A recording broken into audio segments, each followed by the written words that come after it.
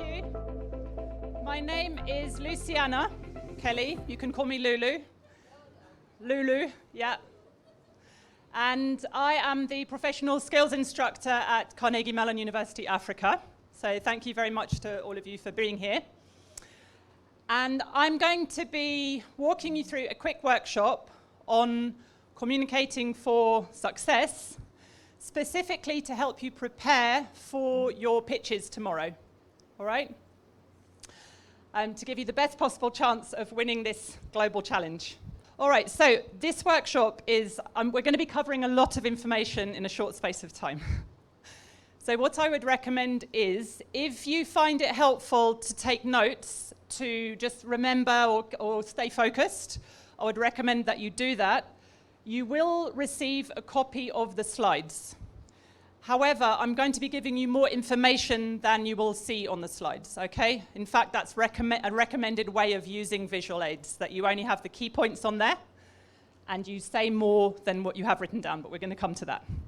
All right, so the first part of this presentation is really going to walk you through the first stages of preparing for any presentation. So it's helpful for pitching, it's helpful for any other presentation that you're going to be doing in your life moving forwards. And then the second part, which is the main part of this workshop, is going to be doing a deep dive into the judging rubric for the presentations part of the entire judging rubric, okay? Have you all seen the rubric? Yeah, so we're going to be looking at that, I think it's the final section, it's worth 20%, looking at your presentation skills, okay? All right, so step one to preparing any presentation. What is your remit? So what is the task that you've been asked to do? So you tell me, what's your remit here? What are you expected to do tomorrow?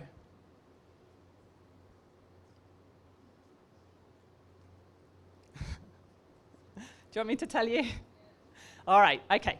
So tomorrow in your pitches, you are going to be presenting a solution to your allocated global challenge. Yes or no? Yeah? Okay. To who? Who are you going to be presenting it to? Judges. Good, okay. And you, in order to maximize your chances of winning this, you need to meet all the criteria on the rubric, okay? So the rubric is, don't think of it just as a rough guideline for you to decide whether or not to follow. If you want to maximize your chances, my advice to you is break down every single point on there and make sure you're hitting every single one, okay? So you're expected to meet all the rubric criteria. You are going to be, in between now and tomorrow, preparing and delivering a business pitch. And you're presenting to a panel of judges. Do you know how many minutes your presentation should be? Okay, important. Your maximum 7 minutes. Okay, that does not include the Q&A. So you will have a Q&A after that, but maximum 7 minutes. What I would recommend is that you aim for 5 to 7 minutes, all right? And you need to practice and rehearse to make sure that you're within that time, because it's very easy to go over time without realizing it, okay? And if you're presenting in here, you're going to have to bring a timepiece like I have, because there's no watch on the wall. All right, like I said, there will be a post-presentation Q&A. And how many of you are in each group? What's the group size? 5. Okay, how many do you think should present? What, 1 or 2? Yeah, otherwise it will get too many. Obviously, choose your strongest speakers. Okay, so that's your remit. The next thing you need to think about is your purpose. All right? What are you actually trying to achieve with your pitch? Okay, again, I'm going to ask you this question. What's your purpose? What are you trying to achieve with your pitch?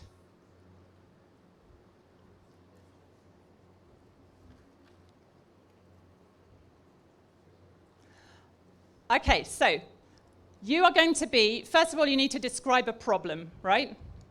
But not just any problem. It's a problem, the problem that you've been allocated, and it's a problem that you believe people will pay money to solve, right? True or false? It's about finding a solution that people will pay money for. Okay, and then convincing the panel of judges that people will pay money for it. So presenting a solution that's unique, that hasn't already been, it hasn't already been implemented, and feasible. And you need to demonstrate that it will generate wealth, that it's actually a business that you can start off the back of this, okay? So that is what you're trying to achieve. You're trying to convince your judges that you have got the solution to an important problem that they care about, that your solution is unique, it's feasible, and that it's going to generate wealth. Yeah? And finally, the last thing you need to do to prepare for any presentation is to analyze your audience. Now, this is a quick session. We've got 45 minutes, so we don't have time to do this right now.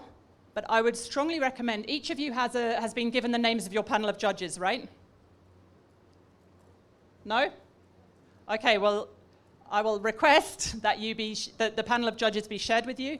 What I recommend is that you look these people up, find out about them. Who are they? Are they donors? Are they engineers? Are they investors? Are they entrepreneurs? You could find out things about them as humans as well as professionals. Are they parents? How old are they? What culture are they from? Find out as much as you can about them. Just like in the previous session they were saying, the more you know about the people that you're communicating with, the better you can tailor your communication to their needs and interests. All right? So here are some questions that you can ask yourselves. Maybe as a team, try and work on one of each of the panel to find out the answers to these questions. And then think about, okay, now we know this information about the judges, how can we adapt our presentation to make it speak to them individually? What examples can we use that are going to be personally relevant to them? What value can we highlight that is something that we know they care about and maybe they don't have access to already? Okay? So that's the first part of this workshop, the 3 things that you need to do preparing for any presentation. So number 1 is really understand your remit. And like I said, the suggestion is that you go to the rubric to get a very clear understanding. Number 2, understand what you are trying to achieve, right? You need to understand what the panel of judges wants you to achieve and also what your purpose is here as a group, as a team. And number 3, who are your audience? Analyze your audience and figure out how you can best tailor your pitch to their needs and interests. Are we good? Any burning questions? Not yet. Okay, thank you. All right, so we're going to move on now to looking at the judging rubric for the presentation skills section, which, as I said, is 20% of your overall mark. That said, I would say it's at least 20%, because the way that you deliver your ideas is going to have a big impact on how convincing those ideas are as well. So it's likely to impact more than 20% of your overall mark. So these are the 7 criteria that I picked out of the judging rubric. If you have a look at it yourselves, you'll see that that's pretty much it. So let's analyze each of them. And that's what we're going to do now for the rest of the session. But I want to start with the 2 at the bottom, just because they're quick and easy. I don't think you need me to talk much about them. But the first we're going to think about is time management. You are going to be graded on time management. What does that mean? In relation to pitching, you're presenting your pitch, what does time management mean, do you think? Yeah. Thank you very much. Ending your pitch on time. Do not exceed 7 minutes. What about if you give a 4-minute pitch? Is that good time management? No. Because you've been asked to do a 7-minute pitch. So you need to be around that mark. 4 minutes is too short, and you probably won't be able to get enough information out. All right? So aim for the 7 minutes. Secondly, if you are using more than one speaker, try to have them speak roughly the same amount of time. You don't want to have one person speaking for 30 seconds and the other for 6.5 minutes. So that leads into team cohesion, because that shows good cohesion as a team if you're valuing each speaker equally by giving them an equal amount of time, roughly equal, right? And then also your pitch is likely to be divided into different sections. We're going to look at that in a few minutes. try to make the sections fairly evenly spaced. It will make sense to spend more time on some than others, but it doesn't make sense to have a super short section of only 20 seconds. All right, so that's time management, thinking about the overall time, thinking about the division of time between speakers, and also the sections of your pitch. The other thing that I think we can cover quickly is team cohesion. What do we mean by team cohesion? Yeah.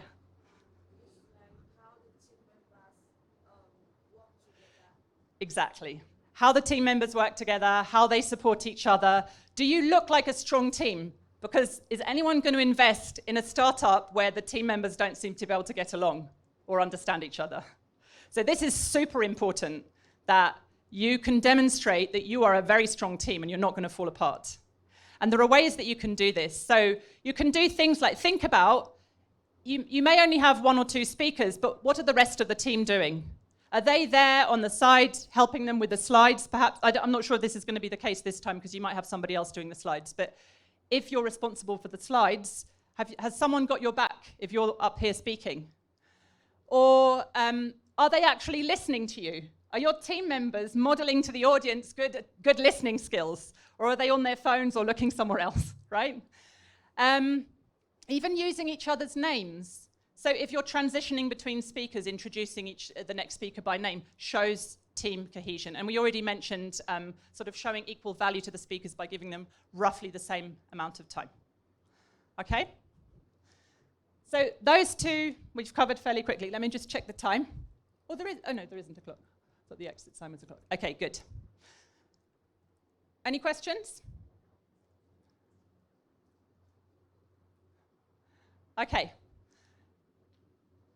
The next thing we're going to look at is clarity.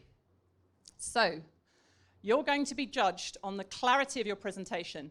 So I would say that everything else that we look at is going to link to clarity.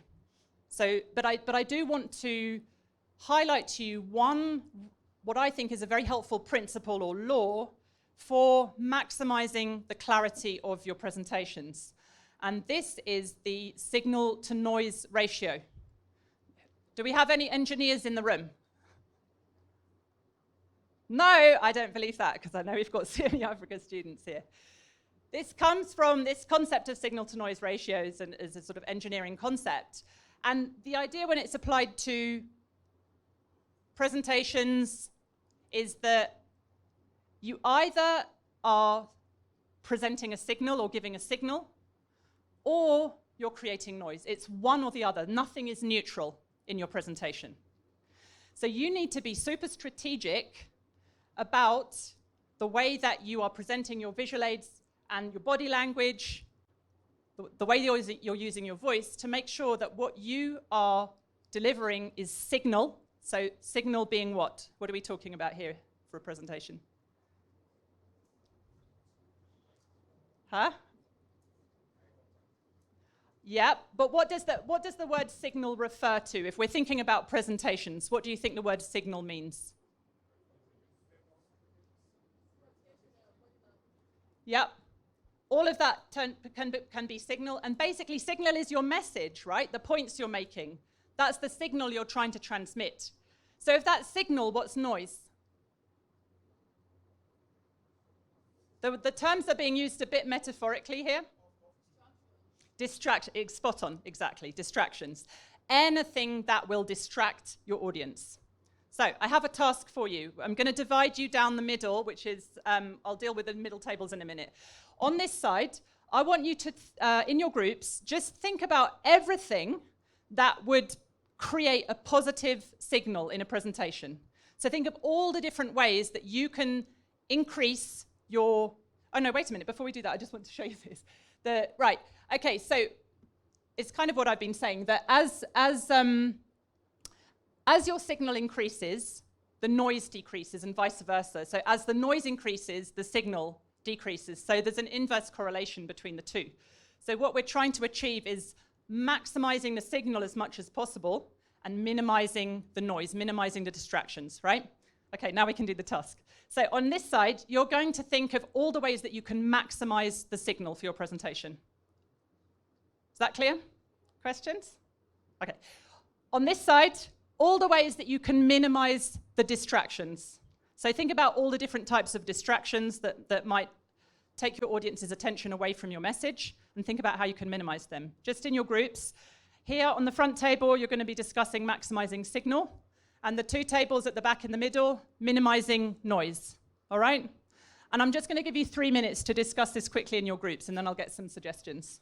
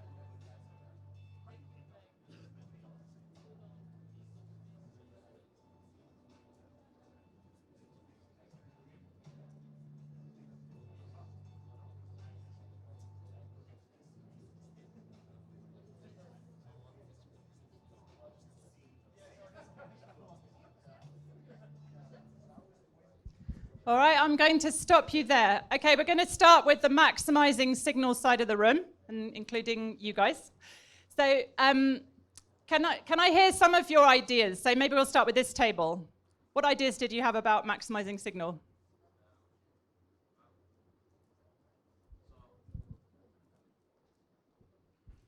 So you want to be as clear as possible about what you want to say right from the beginning. Like Aristotle used to say, defining terms is half the conversation. So you need to avoid any confusion, because what you mean can be different to someone else. So you have to be very clear and say it in the first minute of any conversation. Thank you, I really like that. So the starting point to being clear is to be clear in yourself about exactly what you're trying to say and how you're going to say it. Thank you very much. What other suggestions have you got?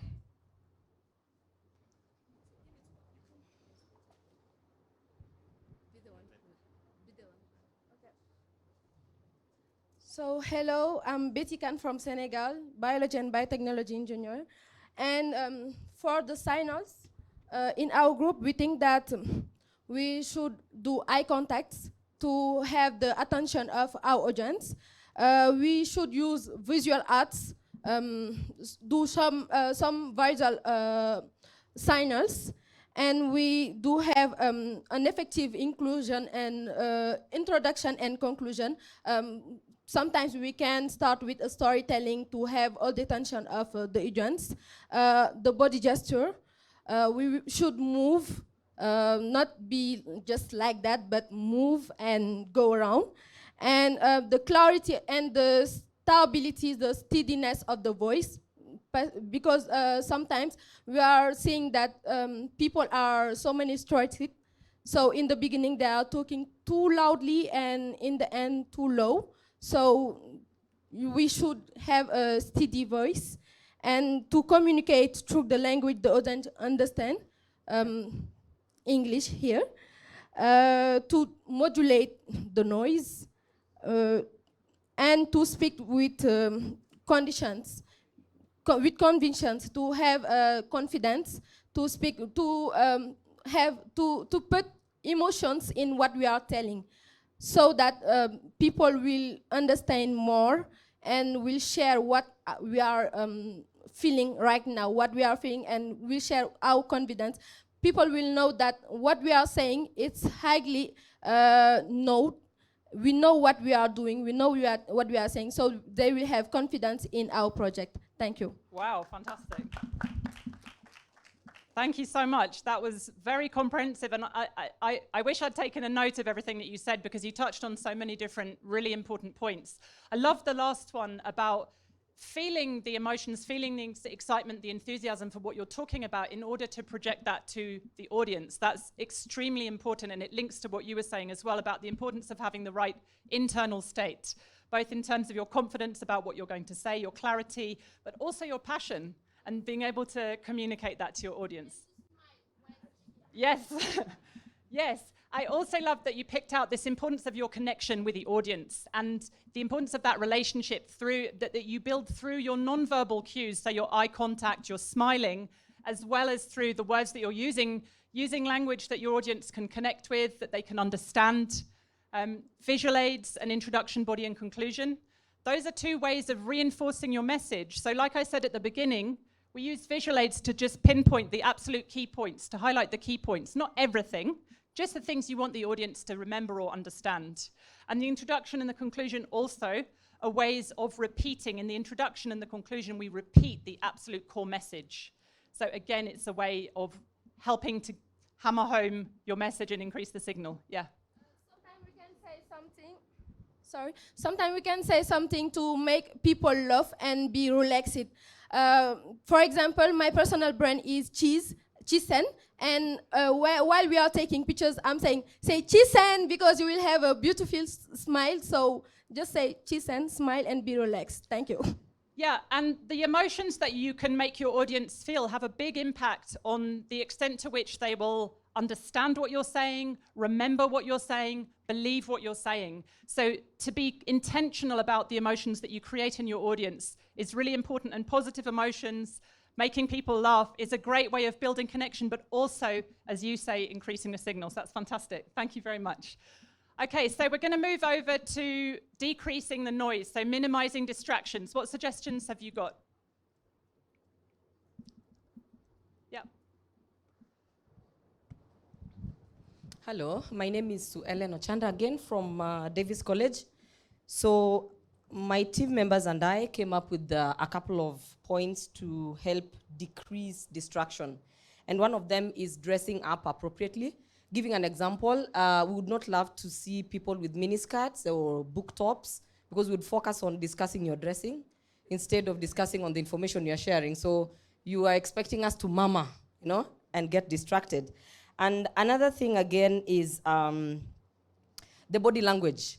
We gave certain examples of maintaining the right body language, because you do not want to have people presenting and I'm talking about the seriousness of whatever point I'm trying to drive home, and there I am, or hands akimbo, or hands at the back, or posing like the boss, and yet I'm driving home a certain point with a very heavy meaning, but my body language is inappropriate. And then another thing again is being edible enough for people to hear what you are saying, because if edibility is missing, then we are going to start murmuring and asking each other, what is she talking about? What is she saying? What have I missed? So edibility is also another one. And the last one is being relevant with the right information you're sharing, because we are in a room of people who are knowledgeable. If you are sharing the wrong information, then people would be like, you know what, I think she's lying. There's a better idea than that. And it would it would bring people to, mama or get distracted. Thank you. Yeah, fantastic. Thank you very much. Another at the back.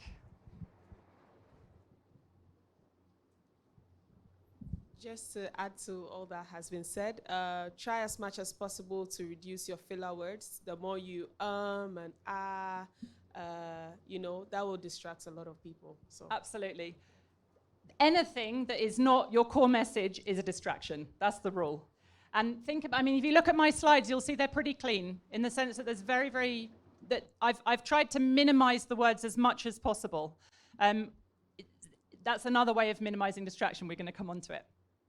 Okay, so another of the criteria in the rubric is that your pitch be exciting and compelling.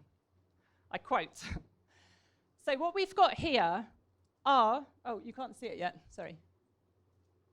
Right, what we've got here are two words, one which speaks to the heart and one which speaks to the head, right? In order to maximize your persuasiveness, you need to do both. We're going to start with the heart. Does anyone know this quote? Yeah? People will forget what you said, people will forget what you did, but people will never forget how you made them feel. My advice to you, when you're developing your pitches, start with the heart. Don't only stick with the heart. You've got to bring in the logic too. But get people emotionally engaged. Have you heard of the term hook? A hook at the beginning of a presentation. Yeah, that's to hook them emotionally into the presentation. Aristotle is a Greek philosopher who was writing a very long time ago, and he wrote a book, I mean, this is thousands of years ago, he wrote a book called The Rhetoric, which is still considered by many to be the most important single work on persuasion ever written. And his work is still very widely referenced. And he said that in order to be persuasive, you need to do three things. So, if we look at the bottom two, pathos and logos. Pathos is speaking to the heart, grabbing the heart, okay? It's about arousing our audience's emotions, getting them to connect emotionally with our presentation or a pitch. And logos is the logic. So it's backing up what we're saying with facts, with evidence, with statistics, all right? So that's the head and the heart, or the heart and the head. The first one is your credibility as a speaker, ethos. So there are different ways that you can do that build your credibility. If you have a background that is relevant to the business idea that you're going to be pitching tomorrow, you can mention that. That builds your credibility.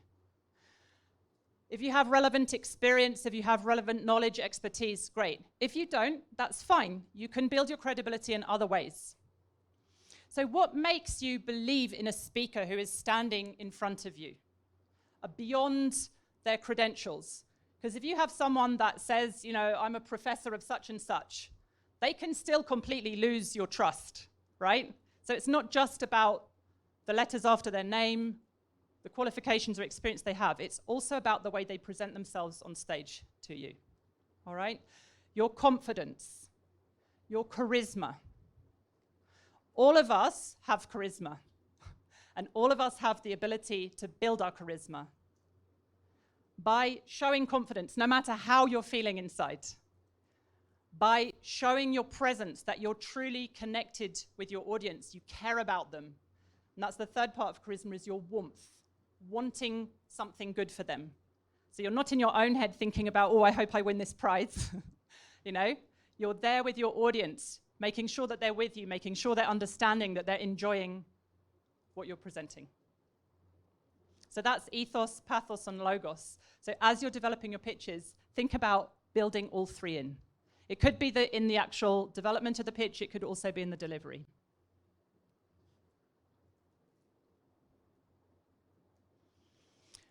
So we have just been talking about engaging your audience, because engaging their head and their heart is exactly the way you engage your audience.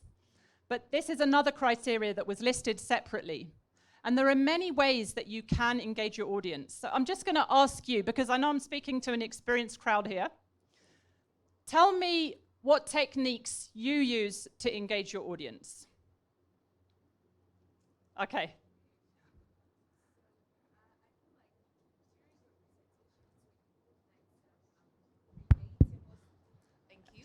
So I'm like, during your presentation, when you put like some relatable scenarios, so a person can easily engage, because like she can relate, oh yeah, I've gone through this, so yeah. Fantastic. And this is where knowing your audience is so important, because you have to know who they are to know what examples are going to be relatable, right? Thank you. Um, I think also if you can have like a sense of humor, maybe if there are people who like to laugh, just make a small joke and making them laugh wakes them up and it engages them in your presentation. Such a great way of building connection. Yeah. Rhetorical questions along the presentation also gets the audience engaged with you. Like when you ask a question, they're not actually supposed to answer, but it gets them thinking, what have you concerning this question? Absolutely. Yeah. Rhetorical questions being questions that you ask, but you're not expecting an answer. So different from direct questions. This is a direct question where I'm asking you to answer me now. A rhetorical question is, so how can we engage our audience? Right? And I will tell you the answer. Okay, there's a couple over here. She said the thing I wanted to say, that is rhetorical questions. Yeah. Yeah. Thank you. We can engage our audience with eye contact. Yes. When you are doing eye contact, when I'm talking and how can I say? When I'm talking and I'm doing eye contact with you, eyes on eyes, you think that I'm talking to you and it will engage you yourself. Exactly. And you will feel engaged instead of me. For example, I will see all the audience, but with the intensity of how I am seeing you, you will think that I'm just talking with you. Yep, Thank exactly. you. Thank you very much. All right. Another way to engage your audience is the use of visual aids. How do you feel looking at this image? Does it have any effect on you? Yeah. Quite powerful for some of us. So we're looking to find images that will really get to our audience's heart. This image, the only problem with this image is that it's not arguably directly relevant to the points that I'm making here. So we want to make sure that the image is also relevant, but I found this a very, very powerful image, and I thought it would demonstrate how an image can engage your audience's emotions, which is what we're trying to achieve here. With visual aids, I've mentioned them a few times now. You need to use them very strategically for exactly the reason we've just covered, the signal to noise ratio. The mistake that most people make with visual aids is that they try to put too much text on there. And what happens when you as the audience are sitting there with 100 words on the screen? Rhetorical question. It's a distraction, it's noise. You're not going to read it. Or if you do read it, you're not going to be paying attention to me. So either you're listening to me but feeling stressed because you're feeling guilty you're not reading when the presenter thinks you should be, or you're not listening to me. That's not what you want. So we try to follow a 3-second rule.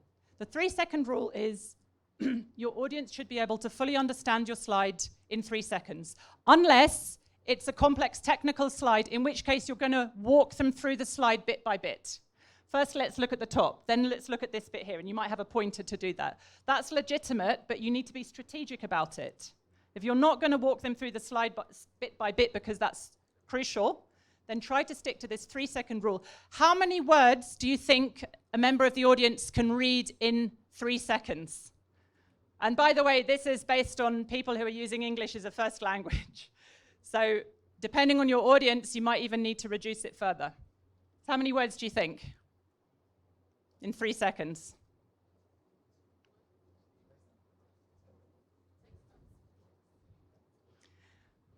As a rule of thumb, around 10 words. Okay, so really not that many.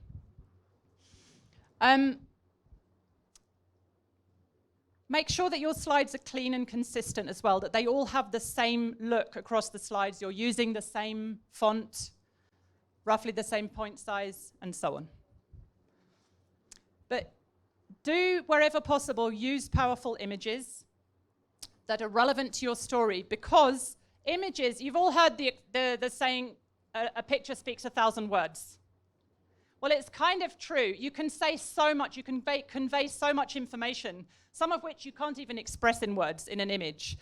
It has an instant impact. We look at an image and immediately it impacts us. And immediately we can usually understand it as well, a good image. it engages our emotions, like I said. And also research shows that images help us to understand better, remember better, which is what you're trying to achieve, right? Okay. Just conscious of time. I said it's very easy to run over time without realizing it, so happens to me too. All right, now you've mentioned storytelling already. I'm just going to, we don't have to, I mean, we could spend a whole year learning storytelling, or I mean, people learn it as a degree, so we're just going to look at it very quickly here. But there are three things that high impact communication involves. So one is storytelling and kind of building that into the culture of your audience. The second is scientific facts, and the third is expert opinions. So you want to build all of these into your pitch tomorrow. With storytelling, there are three elements to storytelling. So the first is what? What does a story always need? You need a person, right? You need characters, one or more characters. And you need characters that will create empathy.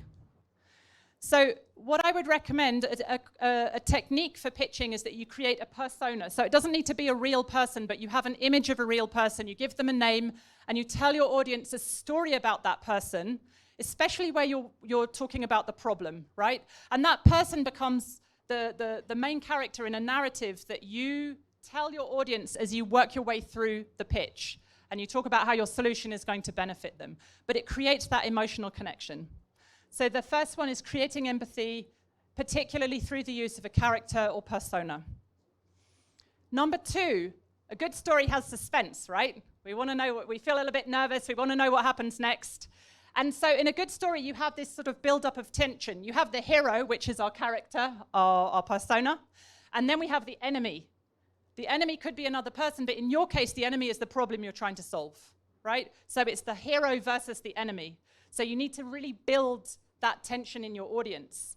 And then what are you going to do? You're going to resolve it for them with your solution. And that is where you give your audience satisfaction. So you build up their tension. What's going to happen to our hero? And then you say, well, we have the solution. So those are the three elements. Some of the things that you can do are, you know, a really good story, you can almost feel it, you almost feel as if you're there. You almost can imagine that you're there in the story.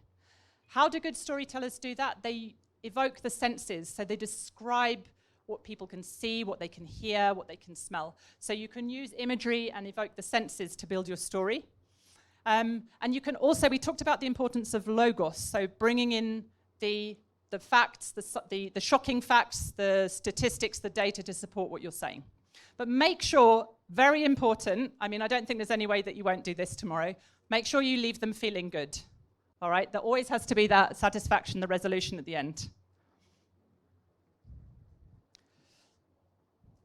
Okay, so I'm going to walk you through a pitch structure, which my proposal is that you use this as the sort of framework for your pitch.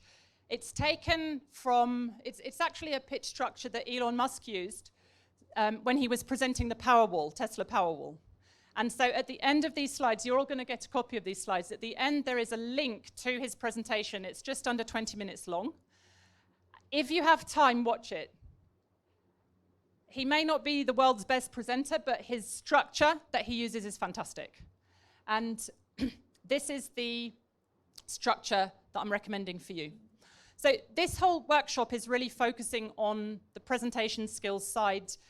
The most important part of a investor's pitch, a business pitch, what do you think it is? Do you think it's about the problem, the solution, or the money? Solution? The most important by far is the money, right? Because that's what investors are interested in, right? and we're not covering that now, but I just wanted to highlight that. It's the evidence part at the end, the final part we're not going to look at, but that is where you talk about the feasibility, the viability of your solution, your market analysis, the financials. So, and again, a common mistake for some people is to think that, especially engineers, is to think, oh, well, your solution is like your baby and you're so invested in it, that's the thing you're super passionate about, and to think, right, that's what I need to talk about. But no, it's always about adapting to your audience. What are they interested in? And speak to that. So, naming the enemy. We start with the enemy. What do you think the enemy is? The problem, right. So, don't ever start your pitch by talking about yourself, talking about your team, talking about your product, your market. No. The first thing you're going to do is name the problem, and you're going to do it in a way that is very engaging. We talked about storytelling. We talked about maybe an image of someone. You know, this is introduce them by name and talk about their story. So start by naming the thing that is getting in the way of your audience's happiness. All right, the problem. Once you've done that and you've got them really hooked, emotionally and intellectually engaged in the problem, then you talk about the urgency. Why now? Investors are naturally skeptical. They wouldn't survive if they weren't. So they're going to be thinking, well, we've had this problem for a long time and everyone's, you know, people are still around, so why do we really need to change it right now? So you need to convince them that it's critical and it has to be changed now, all right? So demonstrate the urgency. Then that's when you can start talking about your future vision. Now, your future vision is still not your product. It's the impact of your product. It's what the world will look like, how beautiful the world is going to be when your product is implemented, right? So describe the future ideal that your product is going to, or service is going to create.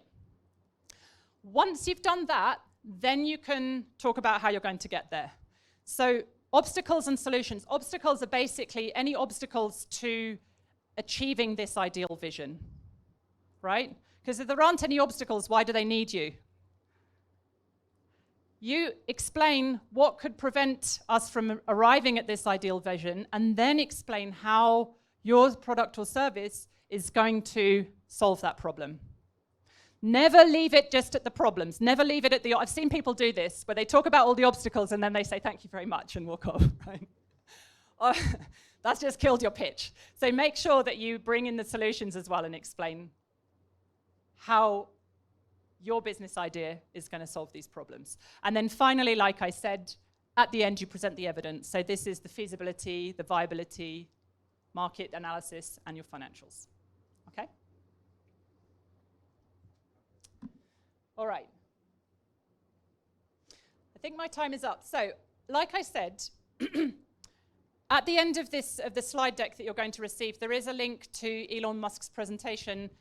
I think that it would be helpful for you just to see a demo of a pitch using this structure. So I'd recommend that you take that 20 minutes to have a look at that. Another thing that you'll find at the end of this presentation that we haven't had time to cover, I'm not sure where I'm supposed to be pointing this, but probably not up there, is confidence. Some of you, I can see, are very confident, standing up and talking in front of a lot of people. Most people are not that confident doing it. It's actually, in America, they did a study and they found that it's Americans' #1 fear. They're more scared of public speaking than they are of dying. It's very human and very natural to be afraid of speaking in front of a large number of people. So I know there are people in here who are going to be feeling nervous about this. And so I've given you some top tips from Dr. Nate Zinsser, he's the director of West Point's performance psychology program. What's West Point? Does anyone know? Has anyone heard of West Point? Yeah? Oh, I think it's a military academy. Yeah. A good one or not so good one? So good one. It's a good one. It's the top one, right? The top military academy in the States. And his curriculum for performance psychology is considered to be the gold standard. And so his advice is very well researched. And I've just summarized some of it for you. But the first thing that, just to point out before I end, is that courage is not, just as courage is not the absence of fear, but the proper action in the presence of fear. So confidence isn't the absence of self-doubt and negative self-talk, but a constructive mental response to it. So confident people don't have no self, but confident people still doubt themselves. They still criticize themselves because that's a natural part of being human, but they know how to respond to that self-doubt and they know how to respond to that self-criticism. And that's what the final slide shows, is just a few ways that you can build your confidence. But overall, my strongest recommendation for building your confidence is to know your stuff, right?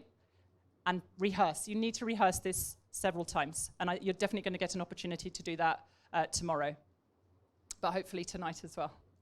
All right, so my time is up. Thank you very much, all of you. I know that you're probably starving by now, but thank you very much for giving me your attention. It's lovely to meet all of you. And have a good lunch and enjoy the rest of this conference.